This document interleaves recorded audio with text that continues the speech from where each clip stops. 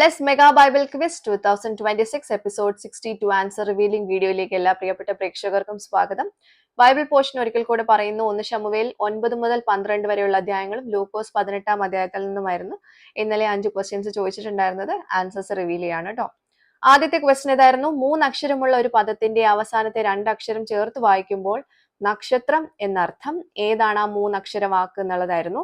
ഉത്തരം പതാരം എന്നുള്ളതാണ്. ലൂക്കോസ് 18:12 ഈ ഉത്തരം കാണാൻ പറ്റുന്നത്.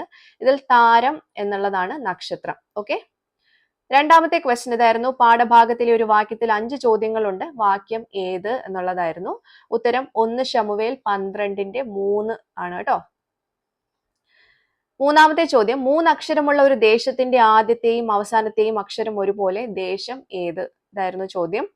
ഉത്തരം ശാലീഷ എന്നുള്ളതാണ്.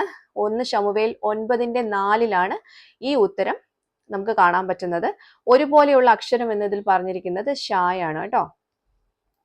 നാലാമത്തെ ക്വസ്റ്റ്യൻ. ഒരു സംഖ്യ 2 പ്രാവശ്യം ചേർന്ന് വരുന്ന മറ്റൊരു പദം ഏത് എന്നുള്ളതായിരുന്നു. ഉത്തരം സഹസ്ര, സഹസ്രം എന്നുള്ളതാണ്. 1000, 1000 എന്നുള്ളതാണ്. 1 ശമൂവേൽ 10:19 ഈ ഉത്തരം നമുക്ക് കാണാൻ പറ്റുന്നത്. അഞ്ചാമത്തെ ക്വസ്റ്റ്യൻ. ശൗലിന്റെ പാർപ്പിടം എവിടെയായിരുന്നു? ഇതായിരുന്നു ചോദ്യം. ഉത്തരം ഗിബയയിൽ എന്നുള്ളതാണ്. 1 ശമൂവേൽ 10:26 ഈ ഉത്തരം നമുക്ക് കാണാൻ പറ്റുന്നത്. അപ്പോൾ ഇതാണ് ചോദിച്ച 5 ചോദ്യങ്ങളുടെ ഉത്തരങ്ങൾ. കറക്റ്റ് ആയിട്ട് ഉത്തരം അയച്ചിട്ടുള്ള എല്ലാവർക്കും കൺഗ്രാറ്റുലേഷൻസ്. അടുത്ത പോർഷൻ പറയുന്നു. 1 ശമൂവേൽ 13 മുതൽ 16 വരെയും ലൂക്കോസ് 19 അധ്യായത്തിൽ നിന്നുമായിരിക്കും അടുത്ത ക്വസ്റ്റ്യൻസ് ഉണ്ടാവുക.